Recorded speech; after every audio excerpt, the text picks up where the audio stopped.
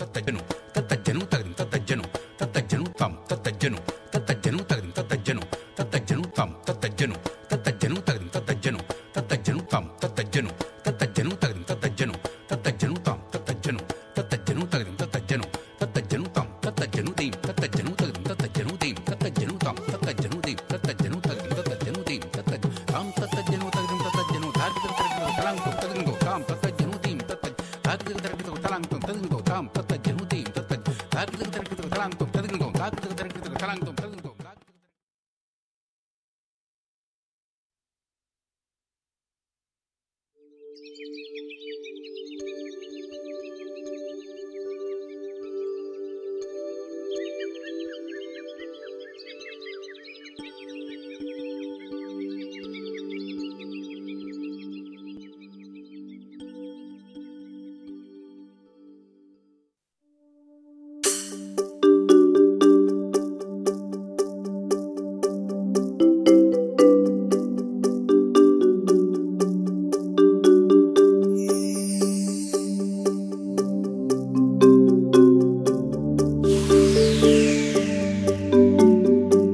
नमस्ते बच्चों, मैं हूँ आपकी दादी माँ। आप सबसे मिलने की मुझे बेहद खुशी है। चलो उस बालक को जगाकर उसकी मनोहर कहानियाँ सुने एक कार्टून के जरिए। कह दो चांद और चांदनी से कि दूर रहें, क्योंकि हम सुनने जा रहे हैं कहानियाँ राजा और रानियों की। रोक लो इस शीतल पवन को, वे भी सुनेंगी कहानियां बाघों की और छोटी छोटी चींटियों की।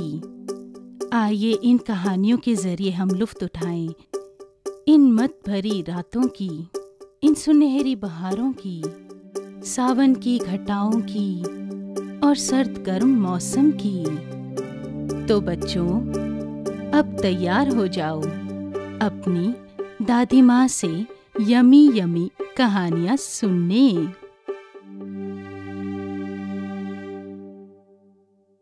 कृष्ण एक बहुत ही प्यारा बच्चा माना जाता था।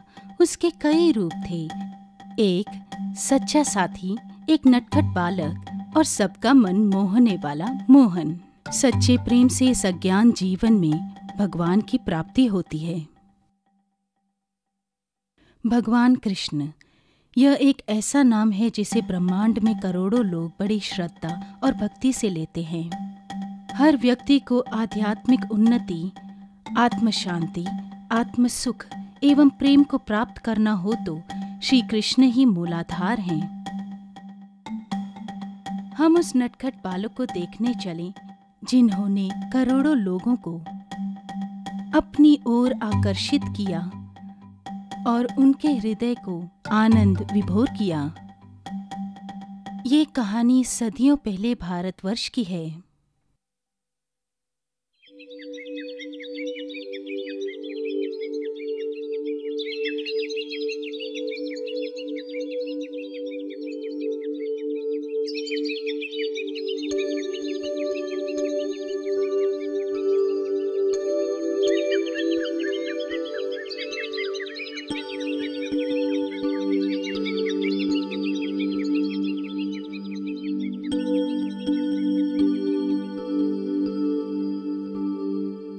यह उग्रसेन नाम के एक राजा का महल है।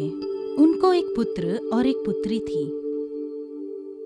पुत्र का नाम था राजकुमार कंस और पुत्री राजकुमारी देवकी।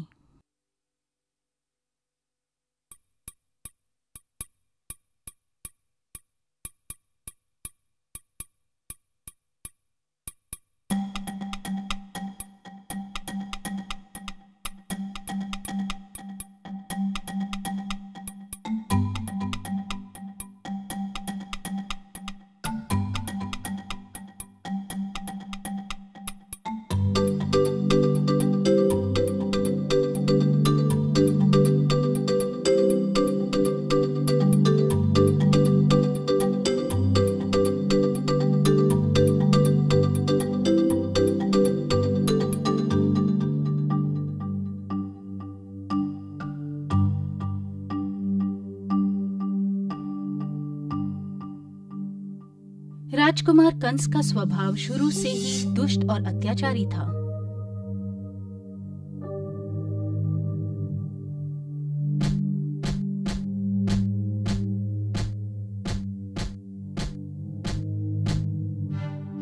राजकुमार कंस जब बड़ा हुआ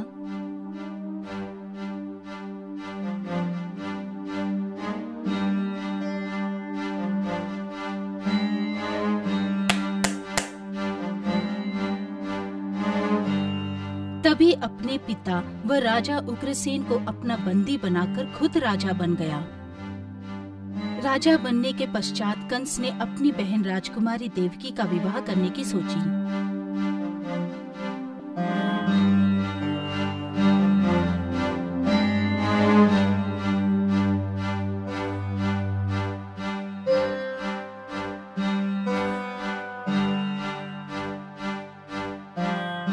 राजकुमारी देवकी, अब तुम बड़ी हो गई हो।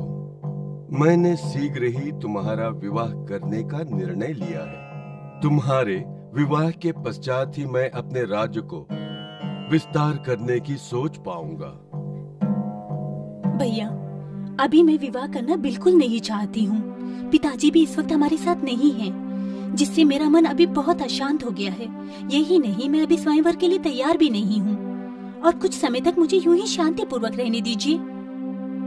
देवकी, तुम्हारा विवाह हमारी इच्छा के अनुसार ही होगा। इसमें तुम कुछ भी नहीं कह सकती।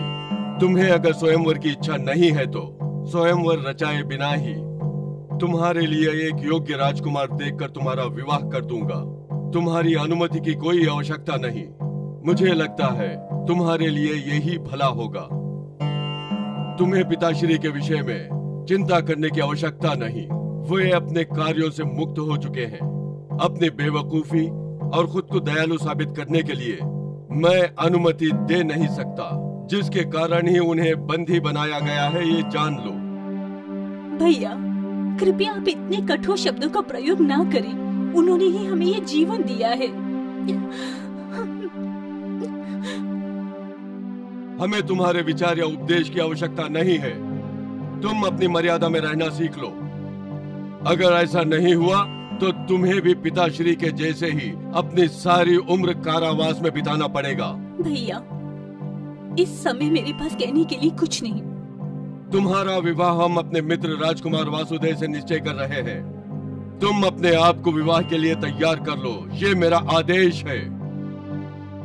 कंस अपनी बहन देवकी को कठोर शब्दों से रुलाकर चला गया।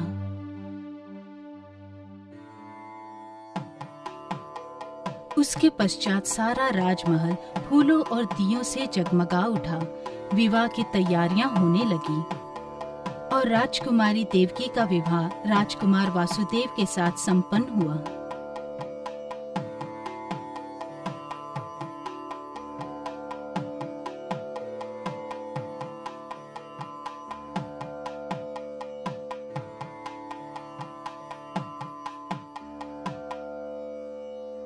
अचानक आसमान में बादल गरजे और बिजली चमकी। वहां उपस्थित सारे लोग घबरा उठे। आकाश से रोने की आवाज आई और तभी एक भविष्यवाणी हुई। तुम बड़े ही क्रूर और निर्दय हो। तुमने अपने पिता का ही विश्वासघात किया है। तुम क्या समझते हो कि तुम्हारा सामना कोई नहीं कर सकता है? देवकी को 8 संतान होंगे और 8वां संतान ही तुम्हारा वध करेगा। यही विधि का विधान है और इस विधान को कोई भी कभी भी बदल नहीं सकता।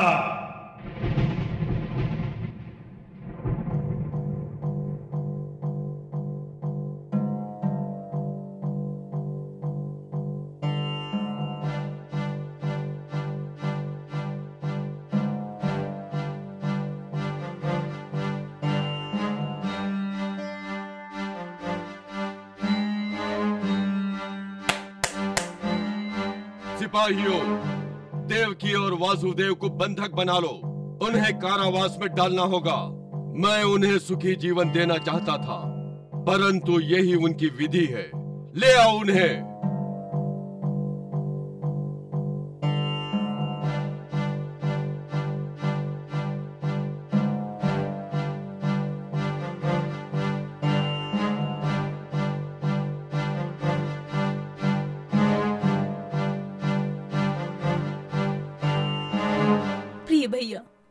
और मेरे पति बिल्कुल बेकसूर हैं।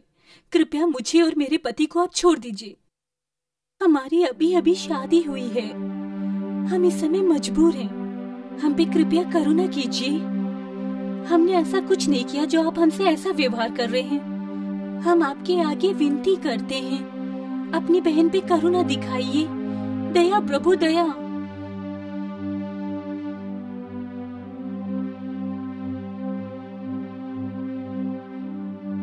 महाराज कंस, यह बहुत बड़ा अन्याय है। हमने ऐसा क्या किया है कि तुम हम सबको यहाँ बंदी बना रहे हो? हम ऐसा होने नहीं देंगे।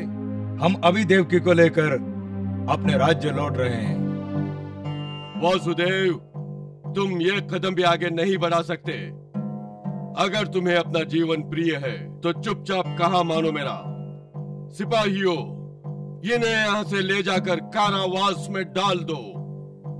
ये हमारी आज्ञा है और इन पर कड़ी निगरानी होनी चाहिए।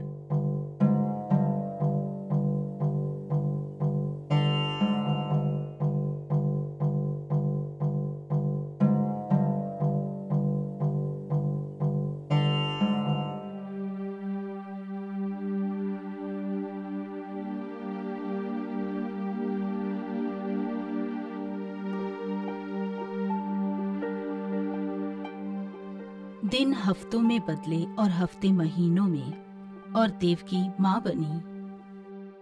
उसने एक सुंदर बालक को जन्म दिया।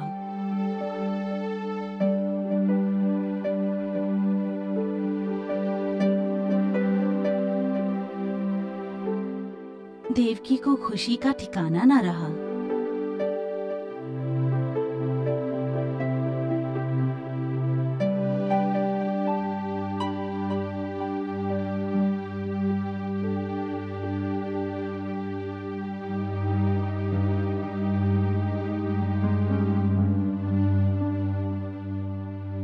सिपाहियों ने यह सूचना महाराज कंस को दी। कंस कारागार की तरफ बढ़ने लगा।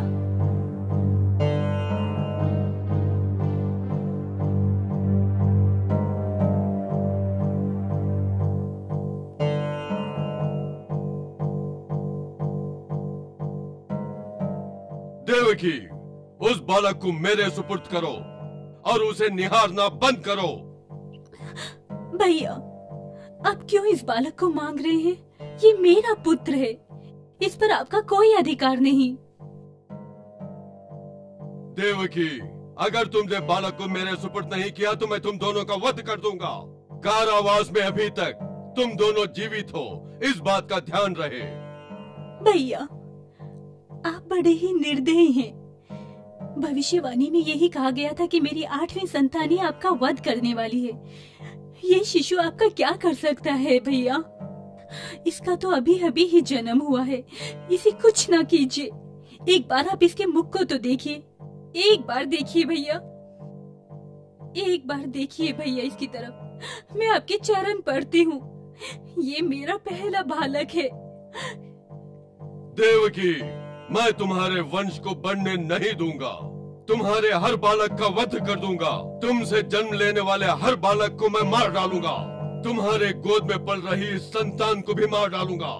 है कंस, कैसे मानव हो तुम? बालक को हाथ नहीं लगाना, मैं तुम्हें मार दूंगा। बालक को मेरे सुपुर्द नहीं किया तो मैं देवकी का वध कर दूंगा।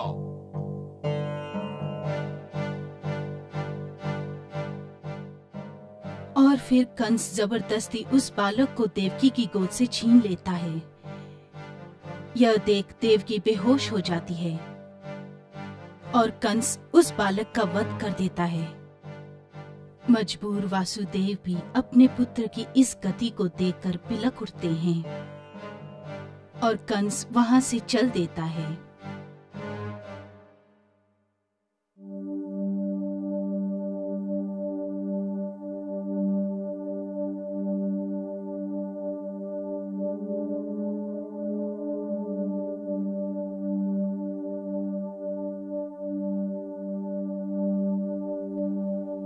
इसी तरह जब जब देवकी अपने पुत्र को जन्म देती थी, कंस आकर उस बालक का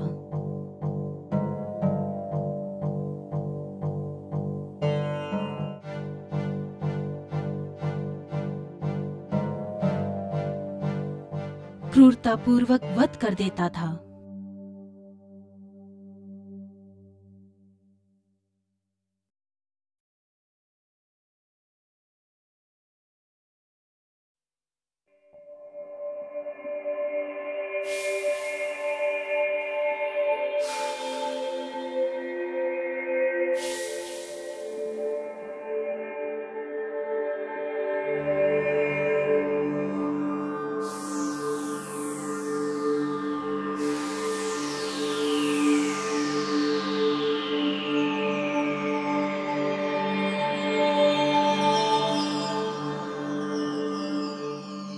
जब देवकी 8वीं बार गर्भवती हुई तो उसी समय वासुदेव के मित्र की पत्नी यशोदा भी गर्भवती हुई।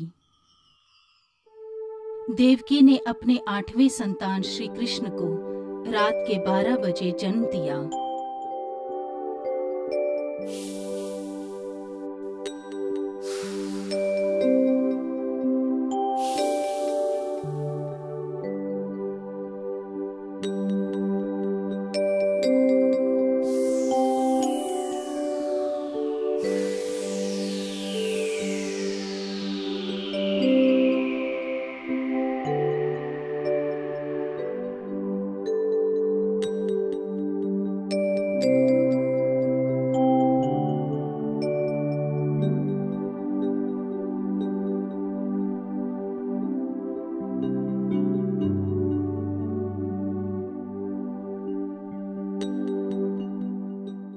ये कितना प्यारा बालक है, कितना तेजस्वी है। ये निश्चय ही अवतार पुरुष है, ये निश्चय जीवित रहेगा। भगवान इसकी रक्षा करेंगे। अचानक उस कारागर में अलौकिक प्रकाश फैल गया, घंटी बजने लगी और वह कारागर स्वर्ग लगने लगा। भगवान विष्णु देवकी और वासुदेव के सामने उत्पन्न हुए। वासुदेव और देवकी दोनों ने भगवान श्री विष्णु का चरण स्पर्श किया और अपनी व्यथा जताई। देवकी, अब तुम्हारी चिंता की घड़ी बीत चुकी है। तुम्हारा यह बालक कंस का वध अवश्य करेगा। इस बालक को ले जाकर नंदराज के महल में आज ही इसी समय छोड़ दो। वहां यशोदा ने एक बालिका को जन्म दिया है। वो कोई और नहीं, देवी दुर्गा का अवतार है वो। उस बच्ची को तुम यहाँ ले आओ, तुम्हें कोई नहीं देख पाएगा। मेरा आशीर्वाद तुम दोनों के साथ सदैव रहेगा। देवकी और वासुदेव को खुशी का ठिकाना न रहा। उन्होंने भगवान विष्णु का चरण स्पर्श किया।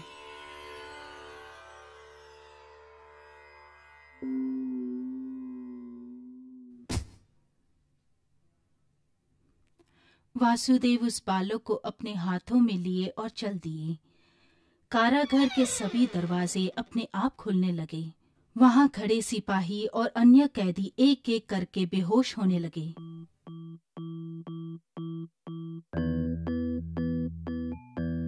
किसी को कुछ भी पता नहीं चला।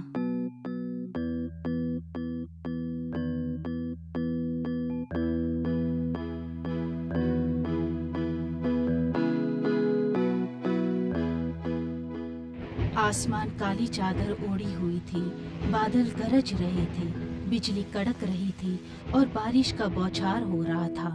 वासुदेव बालक को एक टोकरी में रखकर अपने सर पर लेते हुए चलते गए। चलते चलते वासुदेव जमुना के तट पहुंचे। तेज बारिश और आंधी तूफान के कारण यमुना में पानी का उफान बढ़ने लगा। वासुदेव सोच में पड़ गए कि अब क्या करें। उन्होंने भगवान विष्णु का स्मरण किया। है विष्णु भगवान, मैं इस बालक को लेकर कैसे ऊपर आऊं? कृपया मुझे रास्ता दिखाइए। और तभी यमुना नदी बीच से फटकर वासुदेव को रास्ता दिया। वासुदेव आश्चर्यचकित रह गए और बालक कृष्ण को लिए यमुना पार करने लगे। जब वो आधी यमुना पार कर चुके थे तब बारिश और तेज हो गई और बालक और भीगने लगा। तभी आदि शेष नाग ने अपने शीश से उस बालक को ढक दिया और इस तरह उस बालक को भीगने से बचा लिया। वासुदेव यह देखकर बहुत प्रसन्न हुए। वासुदेव उस बालक को लेकर गोकुल पहुंचे, जहां उस बालिका का जन्म हुआ था। पूरे महल में सभी सो रहे थे।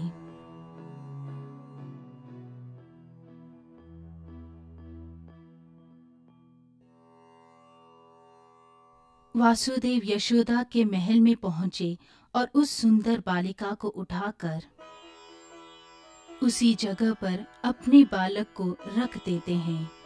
उस बालिका को लेकर वासुदेव पुनः अपने कारागृह लौट आते हैं।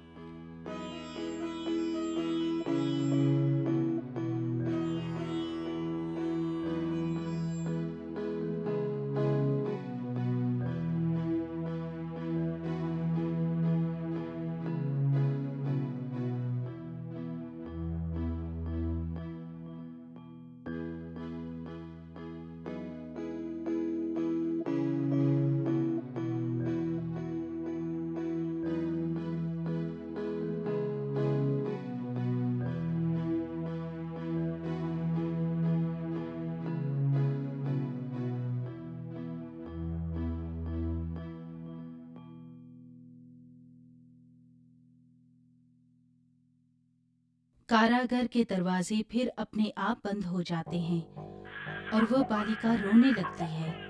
आवाज सुनकर सिपाही भी उठ जाते हैं। फिर राजा कंस को सूचना देने चल पड़ते हैं।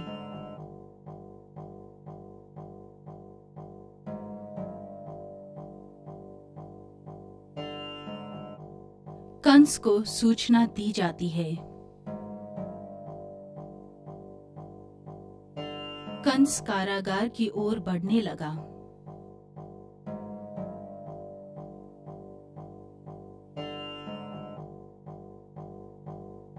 चलो अच्छा हुआ, आखिरी संतान का भी जन्म हो गया।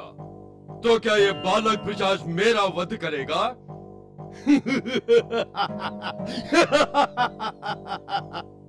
मैंने अगर इस पिशाच बालक का वध कर दिया तो इस संसार में मुझ पर विजय पाने वाला कोई नहीं होगा।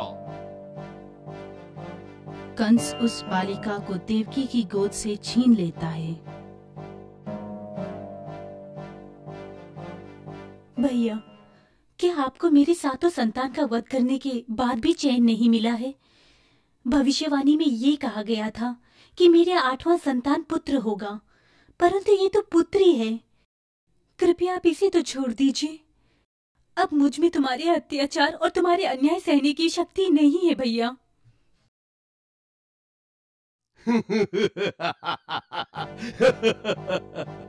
देवकी, मुझे तुम्हारे उपदेश की आवश्यकता नहीं।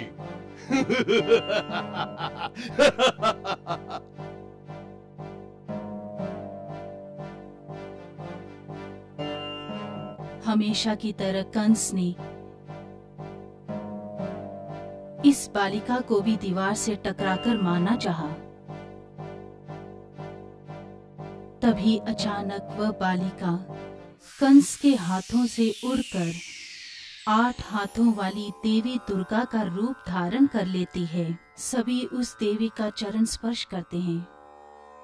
हे राक्षस, मैंने इस भूमि पर तुम्हारे हाथों से मरने के लिए जन्म नहीं लिया है। तुम्हारा वध करने वाला बालक कहीं और जन्म ले चुका है। वह निश्चय ही तुम्हारा वध करेगा। तुम्हारा अंत आ चुका है, आ चुका है, आ चुका है, आ चुका है। यह कहकर देवी दुर्गा अंत ध्यान हो गई।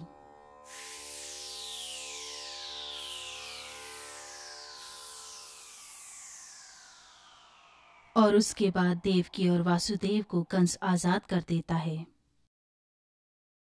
गोकुल नगर हरी भरी खेतों से, सूर्यमुखी फूलों से और छोटे छोटे पहाड़ों से एक दुल्हन की तरह सजी थी। गाय बैलों की आवाजों से, मिट्टी के पगडंडी से और सुनहरी फूलों की खुशबू, छोटे छोटे बैलगाड़ियां, उन छोटे छोटे टहलियों में लटकते आम, वाकई में लाजवाब दृश्य था गोकुल।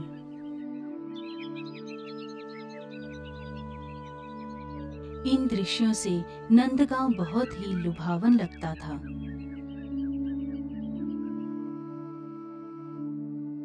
जिस दिन से नंदराज और यशोदा मैया को इस पुत्र की प्राप्ति हुई, सारा नंदगांव दियों से जगमगाने लगा।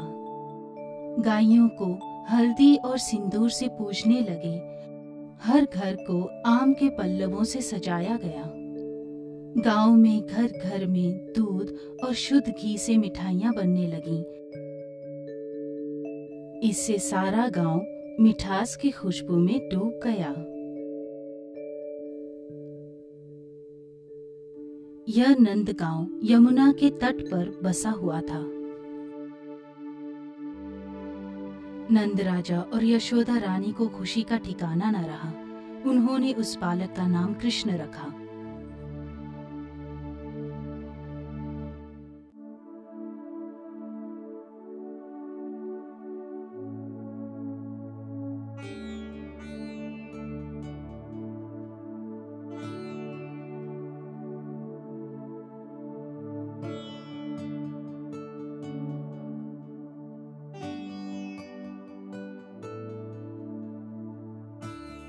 कृष्ण अब 3 साल का बालक था।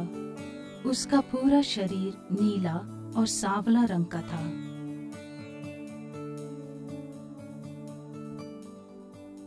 ऊंट गुलाबी रंग के, उनके लाल गुलाबी जैसे गाल, बड़े बड़े आंखें, काले घुंघराले बाल, सुंदर हाथ और पैर सोने चांदी जैसे बहुत ही सुंदर थे कृष्ण। हीरे मोती सोने चांदी से लदे हुए थे कृष्ण। वे हमेशा चुलबुले और नटखट बालक थे। कृष्ण गोकुल वासियों में बड़े ही प्रिय और चहीते थे।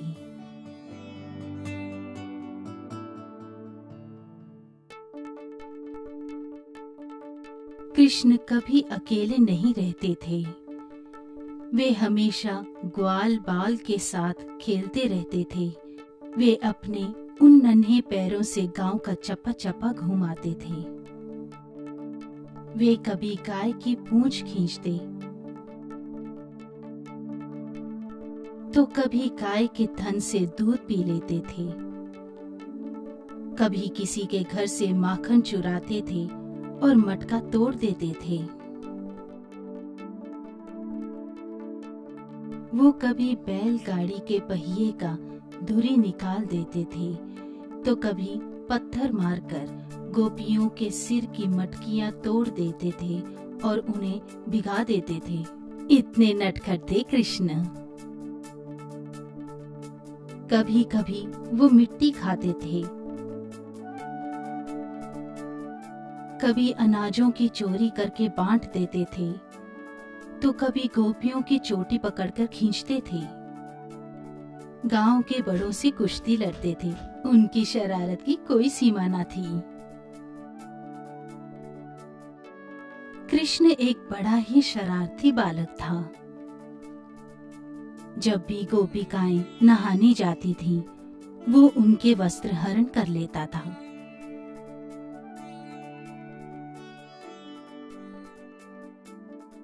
जब मुनिवर साधना करते थे, कृष्ण उनकी दाढ़ी खींचते थे और वहां से भाग जाते थे।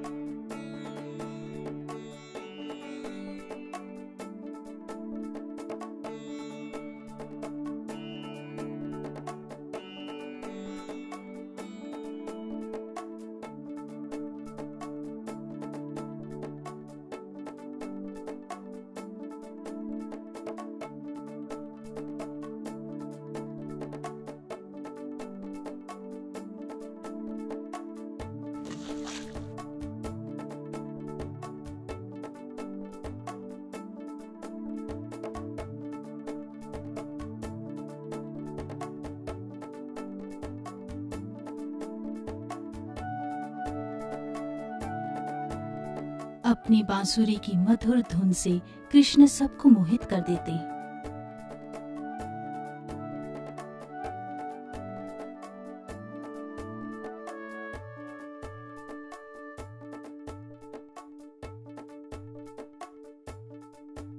बहुत सारी गोपियां उनकी शरारत से तंग आकर कभी कभी उनकी शिकायत भी करती थीं।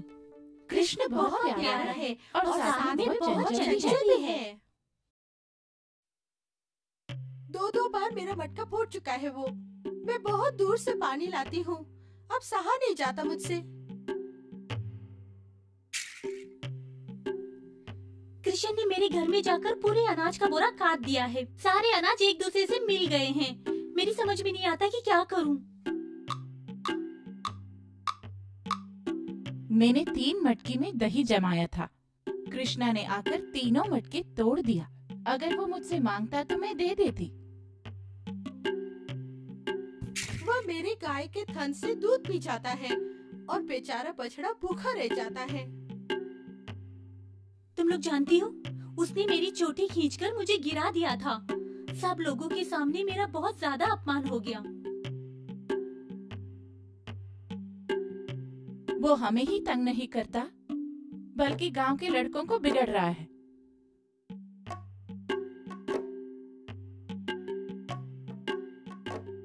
हाँ बहन, मेरा भी यही मानना है। उसे देखकर गांव के सभी बालक क्रिश्चियन बनना चाहते हैं। उनके गुट को तो देखो, इससे तो हमारे गांव के बच्चे बिगड़ जाएंगे। क्यों ना हम यशोदा को इस बारे में सूचना दें? हमारी बात का वो बुरा तो नहीं मानेगी। लेकिन उसे मालूम होना चाहिए, बच्चा चंचल हो सकता है लेकिन इतना शरारती नहीं। हम सब मिलके यशोदा मैया के पास जाके अपने कष्टों का वर्णन करेंगे।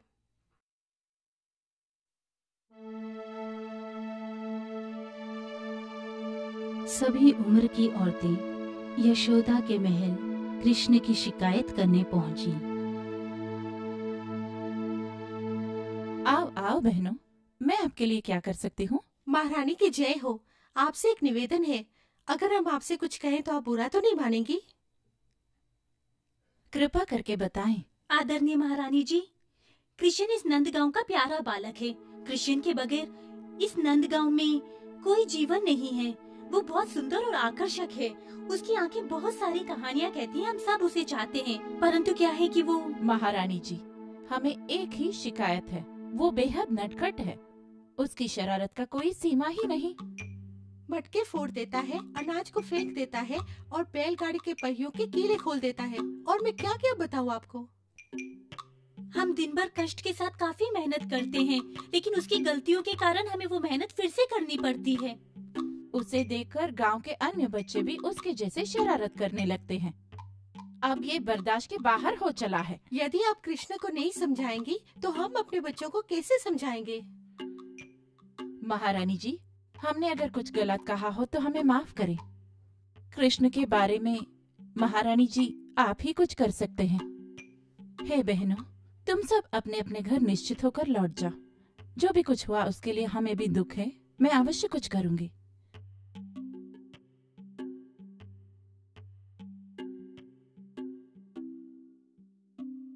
कृष्णा, इधर आओ। कृष्ण डरते डरते यशोदा मैया के करीब आया। कृष्णा, ये क्या किया है तुमने? दुष्टता के भी सीमा होती है। गांव की सारी औरतें तुम्हारे बारे में शिकायत कर रहे हैं। अब से मैं तुम्हें बाहर खेलने की अनुमति नहीं दूंगी। घर पर ही रहना पड़ेगा। मैं तुम्हें बांध कर रखूंगी, तभी तुम सुधर पाओगे, समझे? यशोदा कृष्ण को ओखड़ से बांध देती है ताकि वो बाहर न जा सके, मगर कृष्ण उस ओखड़ के साथ बगीचे में चले जाते हैं। जाते जाते वो 2 पेड़ों के बीच से निकलते हैं और ओखड़ उस पेड़ में फंस जाता है। तभी कृष्ण जोर से खींचते हैं और वो पेड़ टूटकर गिर जाते हैं। तभी अचानक सुंदर सुशी गंधर्व उस पेड़ से उत्पन्न होते हैं। यह देखकर यशोदा आश्चर्यचकित होती है। प्रणाम है प्रभु, हम इस वृक्ष के रूप में श्राप के कारण बंद थे और आज आपके स्पर्श होने से हमें उस श्राप से मुक्ति मिल गई है। हम आपके आभारी हैं प्रभु। धन्यवाद प्रभु, आपको हमारा कोटि कोटि प्रणाम। गंधर्व धन्यवाद करके चले जाते हैं और यशोदा यह दृश्य देखकर दंग रह जाती है। यह देखकर कृष्ण यशोदा को फिर से सामान्य करने के लिए नीचे से मिट्टी को मुंह में डाल लेते हैं। यशोदा यह देख गुस्सा हो उठती है। तुम मिट्टी खा रहे हो, एक थप्पड़ मारूंगी। मुंह खोलो अपना। कृष्ण मुंह खोलने से इनकार करते हैं। अगर मुंह नहीं खुला तो बहुत पिटाई करूंगी तुम्हारी। कृष्ण भयभीत होकर बहुत ही मासूमियत के साथ अपना मुंह खोलते हैं। यशोदा यह दृश्य देख अचंभित हो उठती हैं। वह कृष्ण के मुंह में सारे ब्रह्मांड को देखती हैं। यशोदा की आंखों से खुशी के आंसू टपकने लगते हैं। वह समझ जाती हैं कि यह बालक कोई भगवान का अवतार है। यशोदा को खुशी के ठिकाने न रहे, पर अंदर ही अंदर दुखी भी होती है। कृष्णा, आप तो मेरे देवता हो, भगवान हो। यशोदा कृष्ण को गले लगाकर मुख चूमती है। मैया, क्या हो गया है आपको? आप ऐसे क्यों कर रही हो? कुछ पल पहले तो आप मुझे मारने की बात करते थे, अब प्यार कर रही हो? मुझे बहुत जोर की भूख लगी है माँ, मुझे कुछ खाने के लिए दो, नहीं तो मुझे चोरी करना पड़ेगा। मैया। यशोदा ओखड़ से बंधे हुए कृष्ण को खोलकर उसे अपने सीने से लगा लेती है।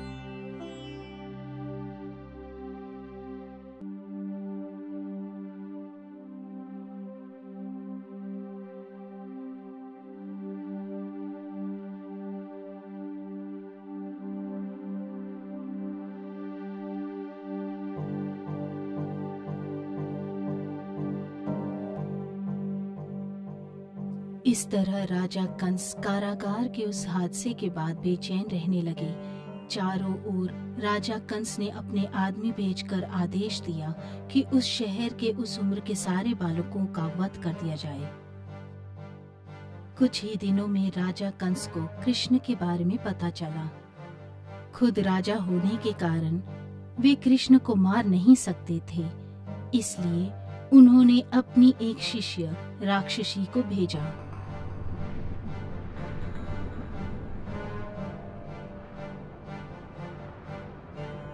वह राक्षसी एक सुंदर नारी का रूप धारण करती है और चुपचाप कृष्ण के ग्रह की ओर बढ़ती है। बालक कृष्ण अपने लकड़ी के खिलौनों के साथ खेल रहे थे। बालक कृष्ण, मेरे निकट आओ, मैं तुम्हें खाने के लिए ढेर सारी मिठाइयाँ और पकवान दूंगी।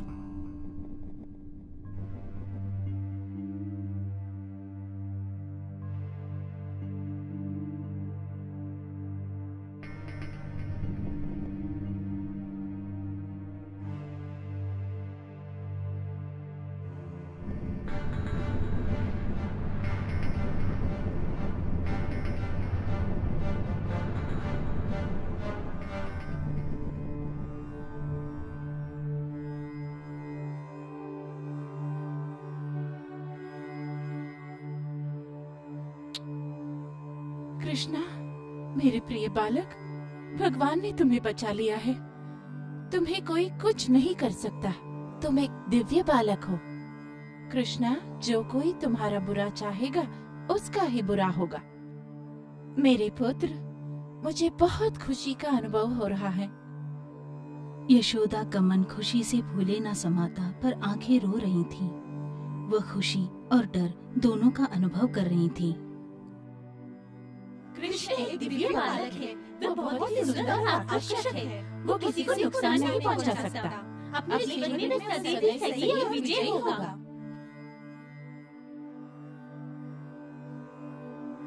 कृष्ण एक ऐसा आकर्षक बालक का नाम था जो सुंदर और सबका मन अपनी हंसी से जीतने वाला, मासूम सा चेहरा, उत्तेजित स्वभाव, जन्म से ही तेजस्वी, लुभावने अंदाज, बच्चों जैसी तोतली भाषा, और उनकी दिव्य शक्ति जिससे वो सबको आश्चर्यचकित कर देते।